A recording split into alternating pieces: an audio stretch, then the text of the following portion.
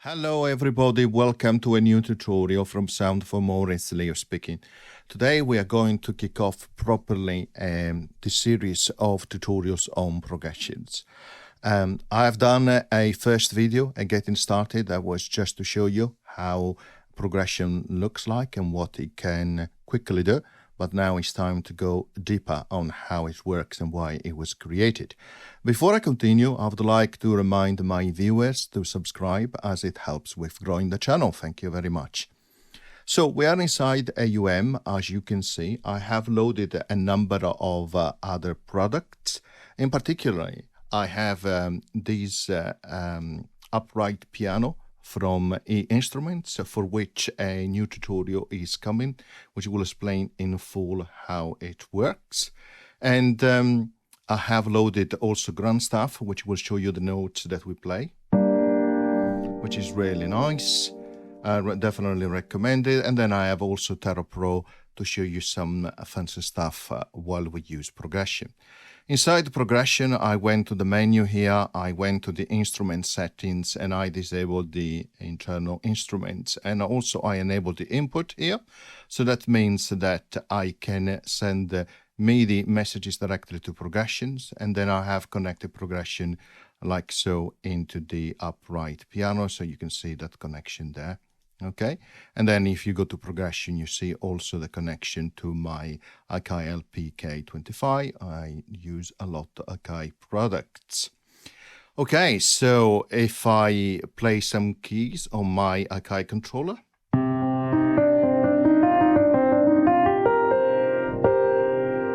so it's going into progressions, and then it's going into this wonderful upright piano.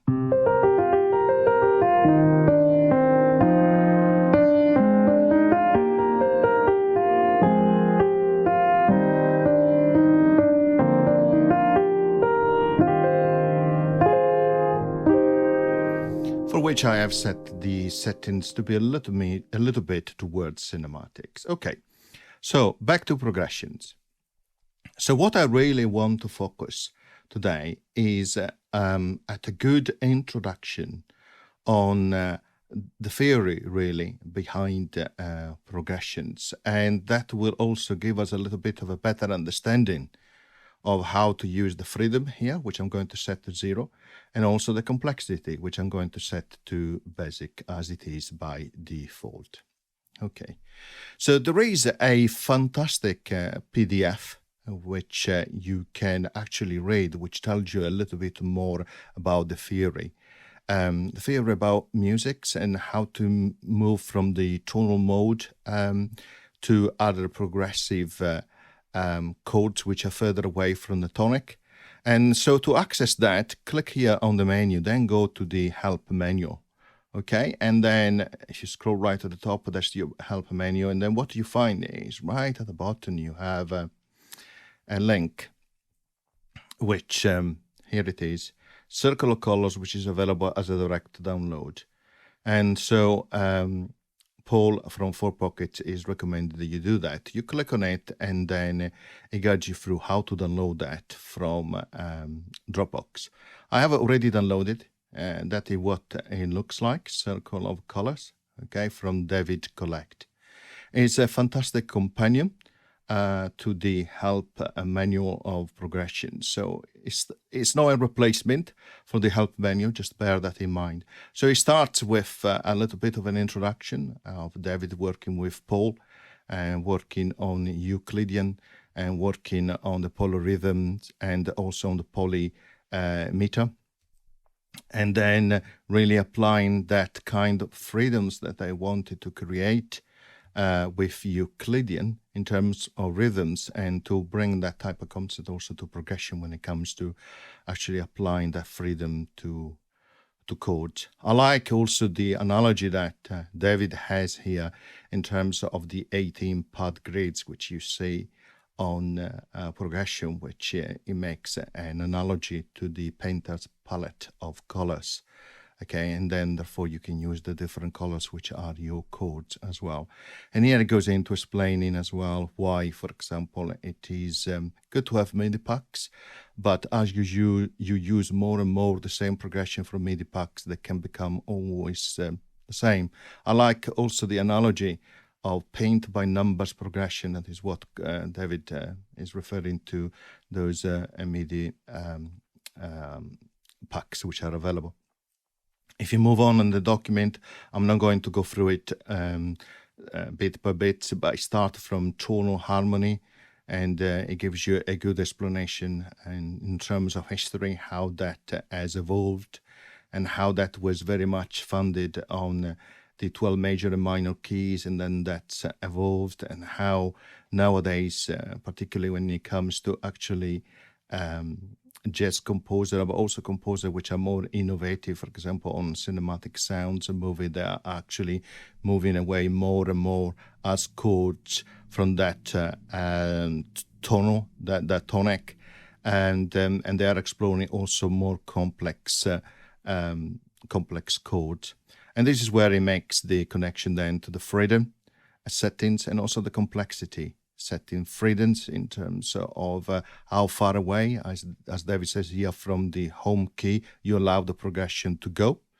And then the complexity, which is your vertical complexity in terms of starting to use simple triads, but then going to sus2, sus4, the 7th, your 9th, your 11th, and the 13th as well. Goes a little bit into harmony theory and notation, which is really, really interesting. It tells you a little bit about how many different type of chord progression you can generate using progression. And this is a little table which you find as well inside progression, the help menu, which tells you for each level of complexity what type of chords you have. So for example, basic, you have triads. On low, you have parallel minors, sus2, sus4, then you go into medium with the 6th and the 7th. Then high, you have your 9th, and then the extreme, you have the 11th and the 13th as well. Talks a little bit about alteration, which are possible through the different chords. There are a lot of references to the appendixes, which are really, really good. It goes a little bit into intervals, mode, and scales as well. Talks a little bit about how to read the circle of fifths, and I'm assuming for this tutorial that you already know how to use that. You already know what a circle of fifths is. I covered it actually in other videos as well, but if you don't, just Google it or read this document, which will explain how it works. Yeah, and then here it shows you different views, which you can find also inside progression. Talks a little bit about the Harmonic series and the history behind it as well, which is really cool. Then the relationship between scales and chords, which is really, really handy to know. Inversion, voicing, extension. And it's particularly good when it comes to voicing. For example, what is rootless voicings, and so on and so forth. So it's quite a good document. It seems short, but you have some very good appendices, which are written really, really well. Okay, but back to progressions now. So let's take, for example, a popular chord, and just to show the point that, popular song, not chord, and just to show the point that a lot of the pop songs use very basic chord progression, which are not far from your home key. And just to prove that concept, let's pick up 2 songs. And I'm going to show you using Grand Staff, which is also connected to the external controller. So let's say we take What Is Love from Hathaway. So let's start with a G minor chord. Then it goes into an inversion of a B flat. Then it goes into an inversion D minor. And finally lands on an F major chord. And if I was to play a little bit of melody on top, you will recognize it, right?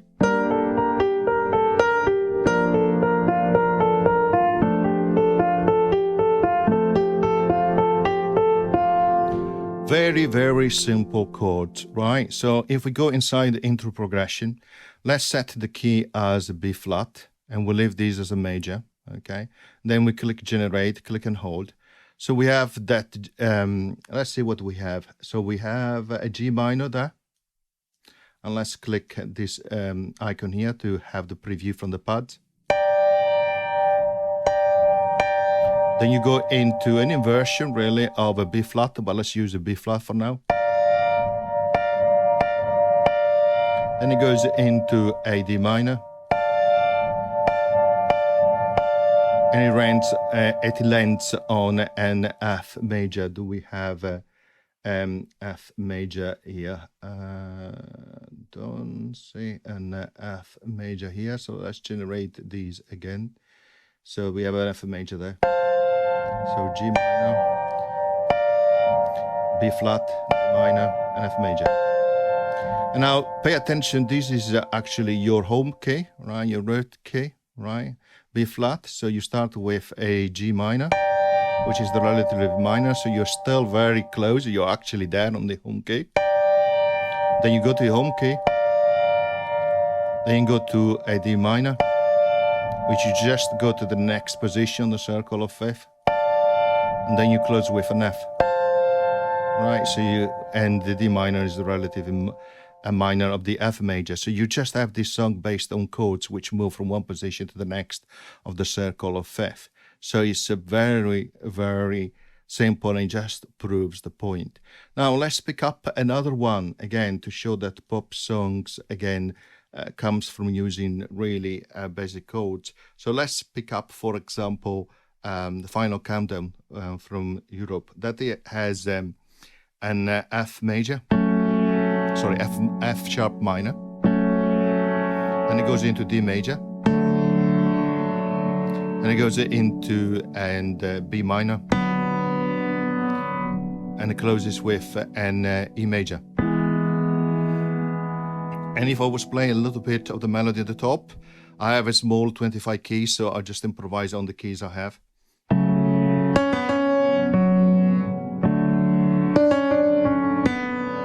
E minor, E major. So there you have it, very simple. So if we go back to progressions, you would set the key not to F sharp minor, but go for the major, because you still have the minor as the relative one. So you would go for A and leave it major, okay? And let's generate the chords. So let's see if we have F sharp minor. We have, then D, then a B minor, and then finishes with an E major. Of course, I ignored for the purposes of this video the inversion, but you get the filling. So F sharp, relative minor of that A major or A root key, right? So you're there. Then you go to a D. So you moved to the left, fourth degree below on the circle of F, but you're there, just one movement. Then a B minor is the relative minor of that D. And then you close with an E. Again, you are on the left and right only, you move only one position from that home key. And that is why it is so important. Now, let's, with freedom, you can set progression to move further away, okay, from that home key. So let's say that we want to move to relaxed, okay, and we click generate. And you will see the chords. So one position, I moved also to the next one up.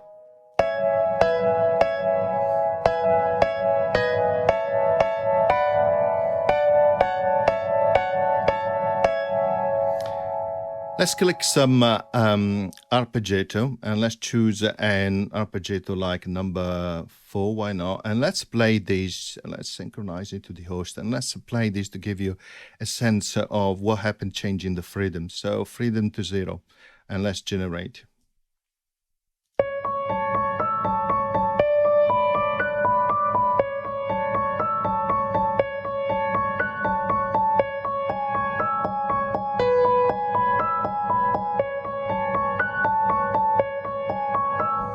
The chords are very, very similar because it's very strict in terms of freedom. So let's relax it a little bit and try again.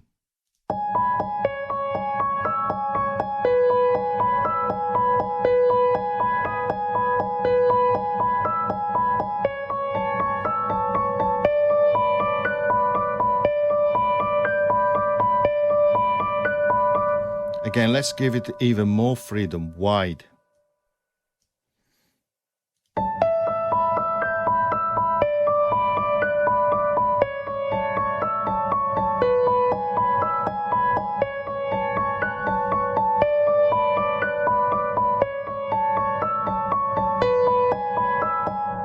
So, and so on and so forth. Let's go to free flow, okay? That's the top.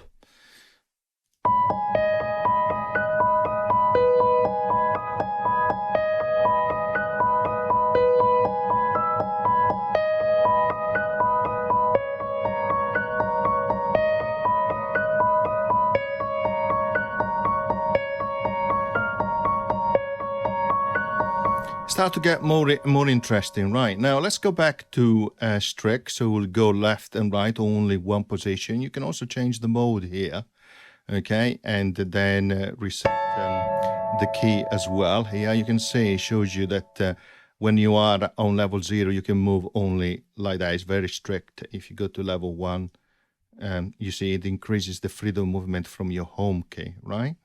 So let's set this to strict and let's go to basic and let's click generate.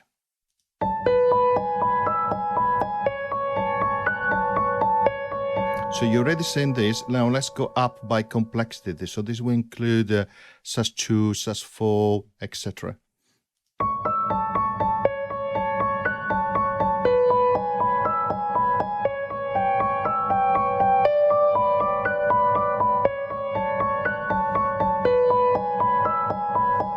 Now let's go up again by medium, and you will notice this is where you get your you start to get your 6, right? Your 7s, etc. And as you can see here.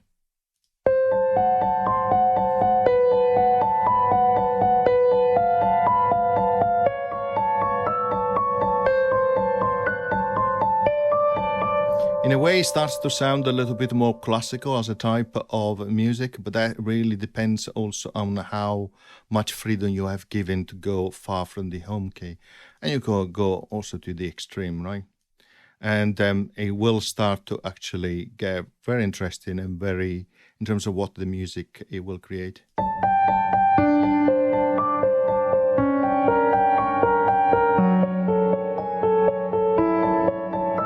To some extent, this gives you a little bit of the sense of those cinematics type of composition, also movies as well.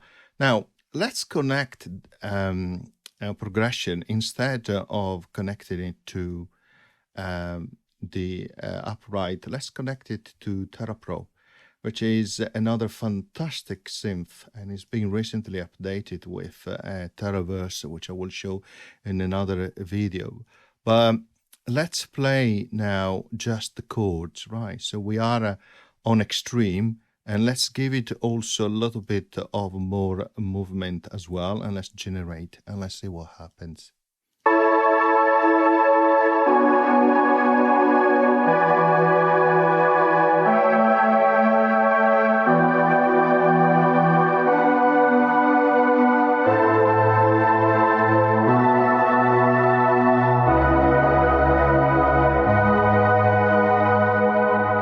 Interesting, right? And there are some new sounds which have been added through Terraverse. I'll give you an example which I definitely recommend you get.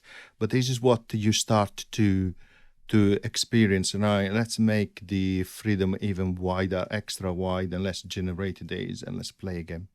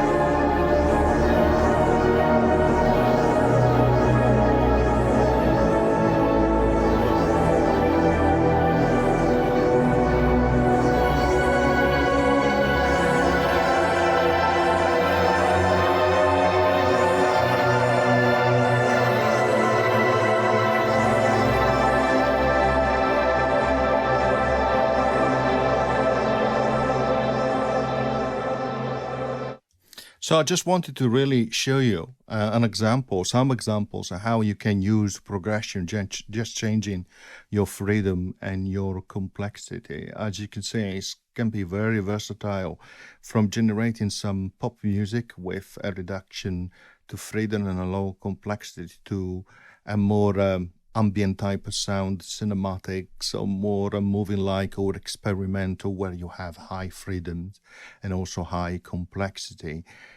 So I definitely recommend you read that PDF from David Collect, and which is really nice, and it gives you a lot of explanation on the theory behind the progression. And then you experiment using progression with different tools that you can find inside the amazing iOS platform. Okay, thank you very much, and I'll see you in the next tutorial. Bye.